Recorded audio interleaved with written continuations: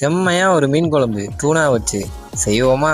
வெங்காயம், தக்காளி, மிளகா தேவைக்கு எடுத்துட்டு ட்ரெண்டிங் ஸ்டைலில் ஆனியன் கட் பண்ணால் சரியான மொட்டைக்கத்தியாக இருக்கும் போல். அப்புறம் கஷ்டப்பட்டு கடன்னு எல்லாம் கட் பண்ணிட்டேன். மீன் குழம்புக்கு என்னென்ன மசாலா போடணும்னு தெரியல. ஸோ ரூமில் இருந்த மொத்த மசாலா பொடியும் எடுத்துகிட்டு வந்துட்டேன். அப்படியே புளியை கொஞ்சம் தண்ணியில் போட்டு கரைச்சி விட்டாச்சு. வீட்டில் அம்மா படுற கஷ்டம் என்னன்னு வெளிநாட்டுக்கு வந்து டெய்லி சமைக்கும் போதும் துணி துவைக்கும் போது தான் புரியுது. செம்ம கஷ்டம். வெங்காயம் தக்காளி வதங்கினதுக்கப்புறம் புளியை தூக்கி ஊற்றி குழம்பு கட்டி சேரணும்ல, அதனால கொஞ்சம் மல்லிப்பொடியும் எல்லா மசாலாலையும் ஒரு ஸ்பூன் எடுத்து போட்டு விட்டேன். சமையல் பற்றி ஒன்றுமே தெரிலனாலும் வெளிநாட்டுக்கு வந்து சமையல் பண்ண கற்றுக்கிட்டு தான் ஆகணும். டெய்லி ஹோட்டல்னு சாப்பிட்டா நல்லா தான் இருக்கும், ஆனால் கொஞ்ச நாள் குழியை தோண்டிடுவாங்க. ரெடி பண்ண அரோமால டூனா எடுத்து தட்டி கிண்டி விட்டுட்டு இந்த பக்கம் பார்த்தா டப்பால இருந்த டூனாவை வலிச்சு சாப்பிட்டுட்டு இருக்கான். ஃபைனலாக குழம்பு கோச்சிட்டு இருக்கும் போதே சோறை எடுத்து எனக்கே தெரியாமல் குழம்பு ஊற்றி நண்பன் நொறுக்கிட்டு இருந்தான். நானும் கொஞ்சம் சாப்பிட்டு பார்த்தேன். டேஸ்ட்டு வேற லெவலு. ஸோ நெக்ஸ்ட் வீடியோவில் பார்க்கலாம். பாய்.